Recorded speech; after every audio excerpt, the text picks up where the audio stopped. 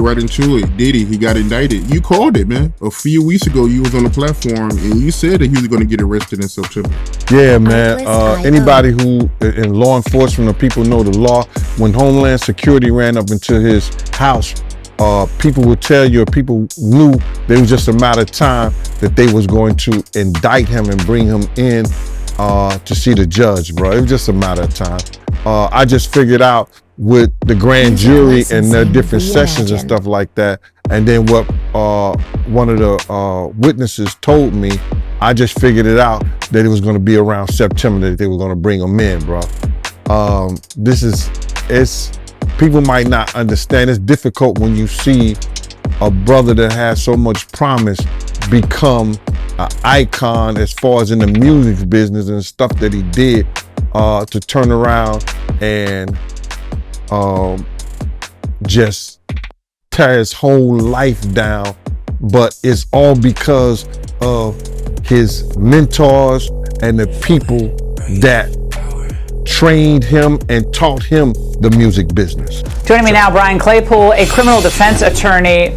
So Brian, what Matt was just talking about, these so-called freak-offs, these were no secret. So he'd been openly bragging about these wild parties. You know, there's like sex parties, and it looks like, you know, there were probably lots of other things going on there too. But he was bragging about this for, what, a couple of decades. Watch. This is what you need to do. Women, beautiful women. We need alcohols. Right. Alcohols. Right. Not just one alcohol. Alcohols. Right. Just different blend. You need the ladies, you need the booze. Right. Gotta keep them there. Right. You need locks on the doors.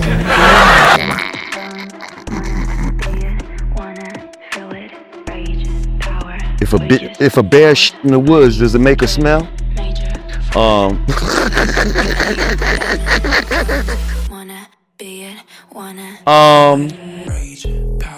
Yeah, I could kind of see it. I could see it.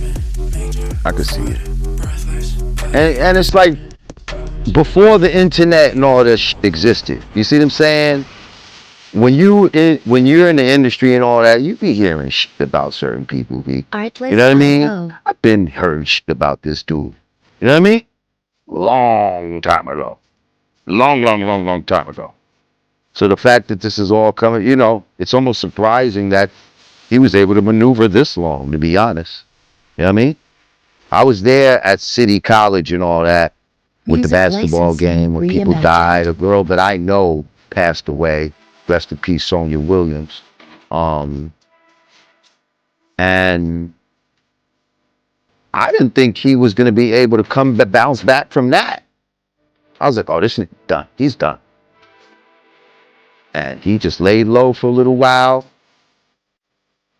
Came back stronger than ever after that. It was crazy. Oh, I Peter heard that. I had no idea that she knew someone that got killed in that situation. Yeah, my man Sonny's sister, man. She went to school with us in New Rochelle. Matter of fact, she was Father MC's girlfriend at the time. Yeah, I know I always interview, you know, Gene Deal. He's very adamant that, you know, Diddy is the reason why, you know, all the people got killed, you know. But from your point of view, do you blame Diddy? Yes, I blame greed on it. You know what I mean? I feel like they didn't want a bunch of people to get in for free, so they closed the doors in a certain way. The doors, I think, had to be pushed out or something like that, and they pulled them back in towards it. So like people got crushed against the doors trying to get in this little space, and you know what I mean? At that point, when you saw shit was crazy, y'all should have just said F the money and just let motherfuckers in. But no, y'all motherfuckers, you know what I mean? Y'all want to squeeze a quarter to the eagle screen. You know what I mean? And that's that bullshit. You personally, do you think Diddy can bounce back from what he's going through right now? I mean, I feel like in the black community, it's probably a wrap, just for the simple fact that motherfuckers are saying no Diddy. Like, the fact that you are like a tagline, like people have replaced pause and no homo and all that with no Diddy. I really don't see how you can come back from that in the black community. Now, in the white community, he might could come back from. You see what I'm saying? Like, they still love, Roman Polanski and all the who's the dude that was Music like licensing reimagined. the pedophile? He was a movie director. I think it's Roman Polanski, if I'm not mistaken. There was this film director who was with like a 13-year-old girls and shit like that, and I don't know, somebody died and all that, and he went to another country, but they still with this dude like in Hollywood and shit, like, you know what I mean? And he's a fucking exile murderer type of dude, like, you know what I mean? And they still, I think they honored him at something. You know what I mean? So I think Puffy is their guy.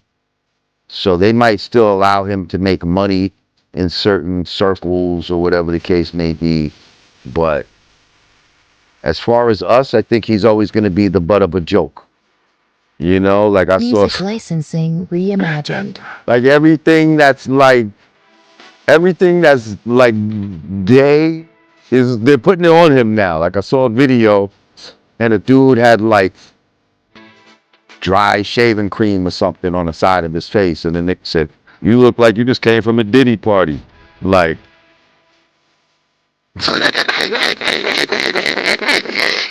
like, how do you bounce back off of that? Like, I don't think you can. Like, you know what I mean? But if he does, and I don't see how, but we live in a crazy world. We live in a crazy world. Some people say he might, if he was just to come out and be like, you know what, I am gay, and da da da da da, that might be one of his saving graces, because now that community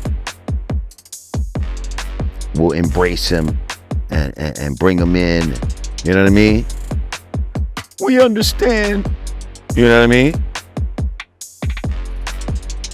What is happening in the music business is no mystery, and recently a minor who testified against music tycoon Diddy went missing under unusual circumstances.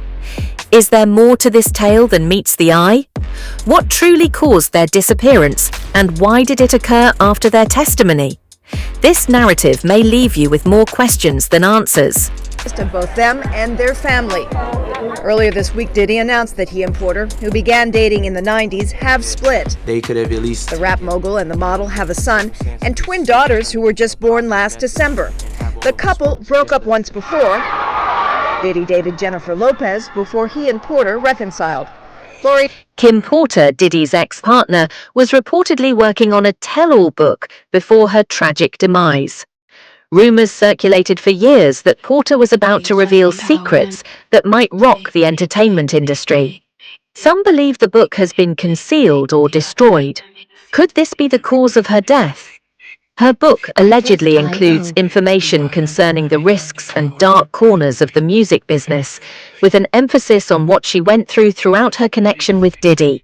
Many think Diddy, upon discovering the book's existence, took dramatic measures to prevent its dissemination.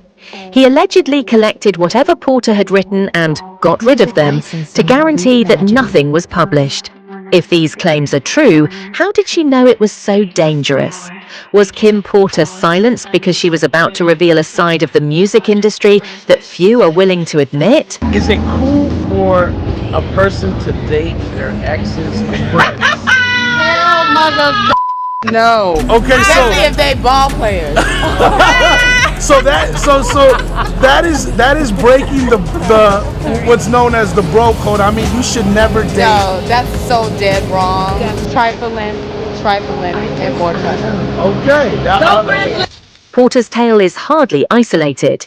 In reality, it follows a worrying pattern in which people associated with Diddy and Uptown Records unexpectedly die before or after working on projects intended to divulge insider knowledge.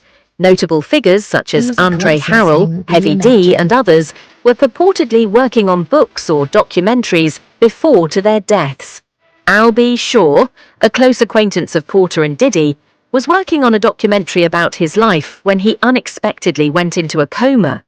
The theory around these incidents is unsettling. Why does disaster appear to afflict people who were formerly close to Diddy, especially those who wrote or produced tell-alls? Death in the world of music today. The founder of Uptown Records passed. Andre Harrell died late Thursday at his home in California. Harrell gave rapper Sean Puff Daddy Combs his first big break. Harrell reportedly died from heart failure. He was only 59 years old. Diddy has played a prominent role in a number of blind items, which are articles posted anonymously that reveal terrible secrets about celebrities. In March 2024, the floodgates opened, revealing even more charges.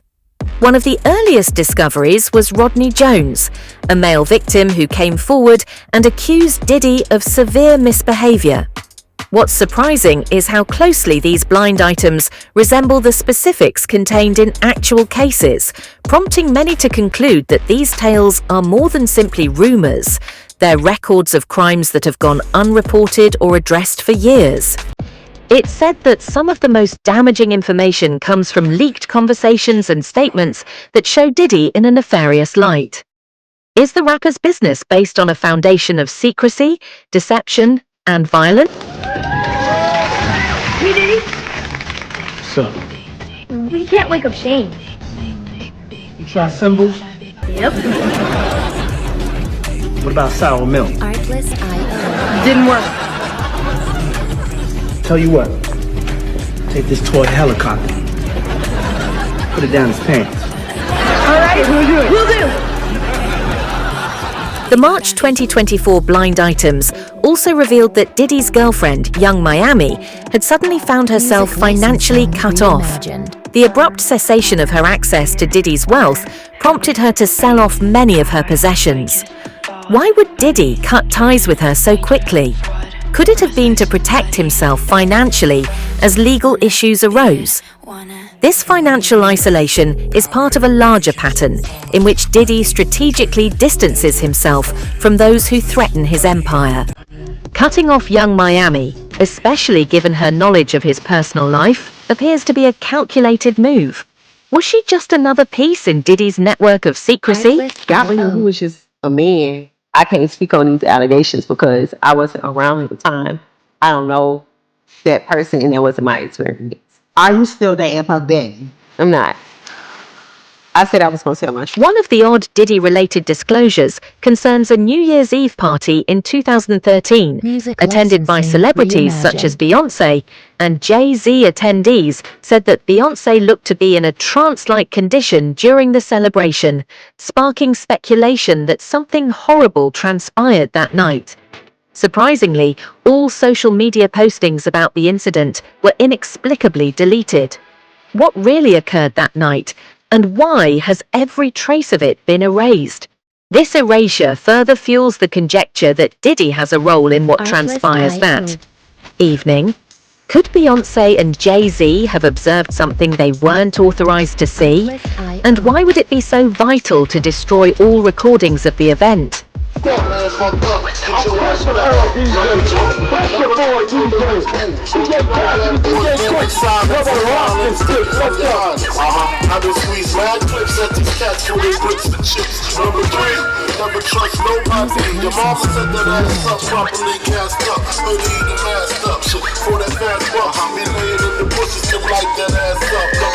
Another weird anecdote associated with Diddy concerns an identity known as Mr. Freak-Off.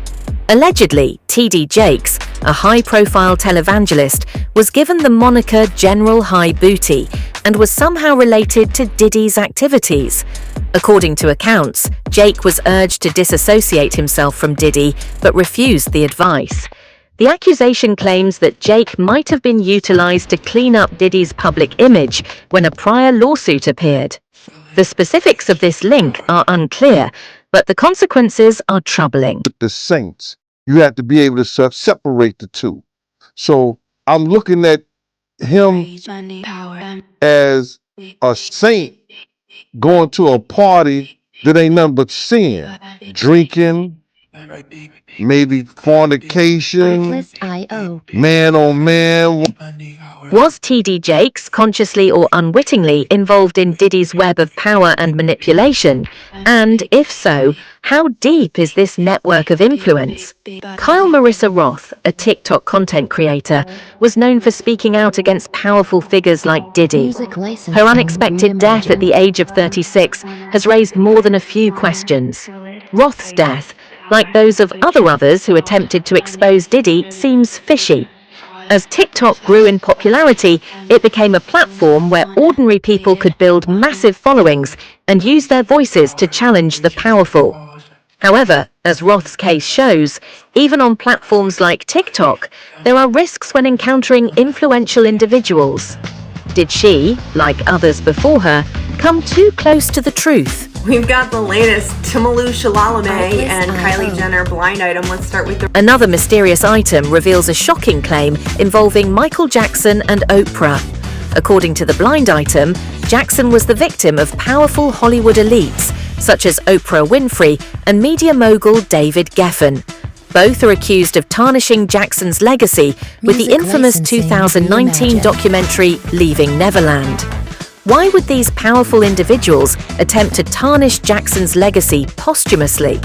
Could it be that even in death, Jackson kept hazardous secrets? And Kim Porter here at this beautiful, beautiful, beautiful opening, I have to say. Such great photos. I mean, really capturing a moment in time. How do you feel about all the work? I feel absolutely great about it, especially being a part of this moment in time. It's just great to display it, and we all know that a picture is worth 1,000 words. And we're just excited to bring everyone else into it and can have that moment as well. Well, of course, this is all about icons, and Diddy, you are super icon.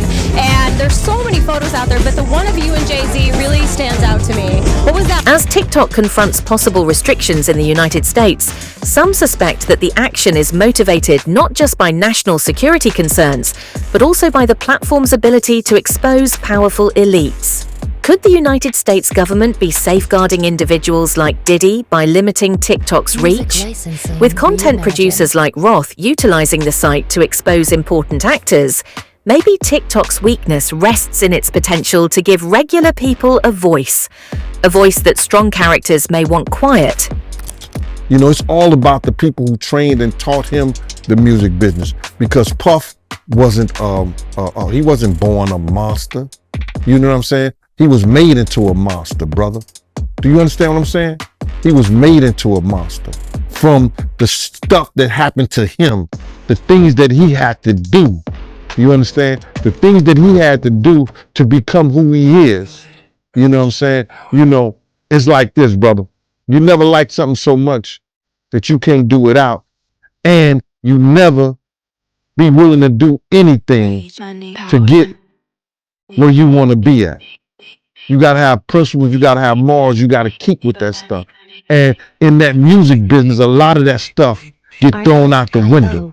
You understand? And that's what happened to him. He started doing the things to other people that was done to him. When you pull together the tales of Kim Porter, the Uptown Records alumni, the blind objects, and the horrific deaths of persons linked to Diddy, a frightening pattern begins to emerge. The entertainment industry's dark secrets are intimately intertwined with the careers and lives of those who go too near.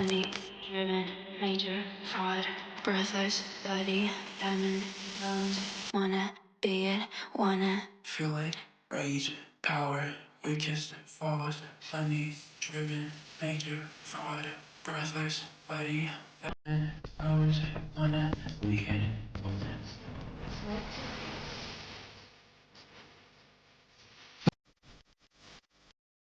Artlist.io.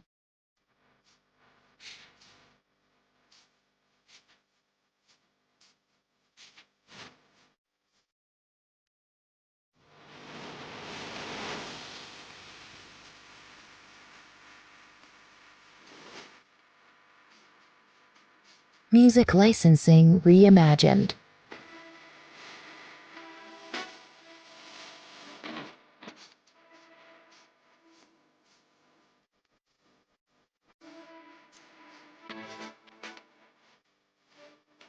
Recently, Puff was arrested and bail has not been granted.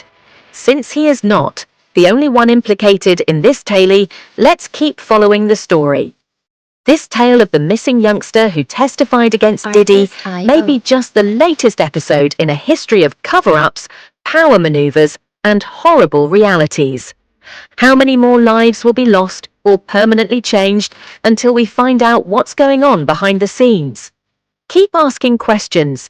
It seems that the deeper you go, the darker it becomes.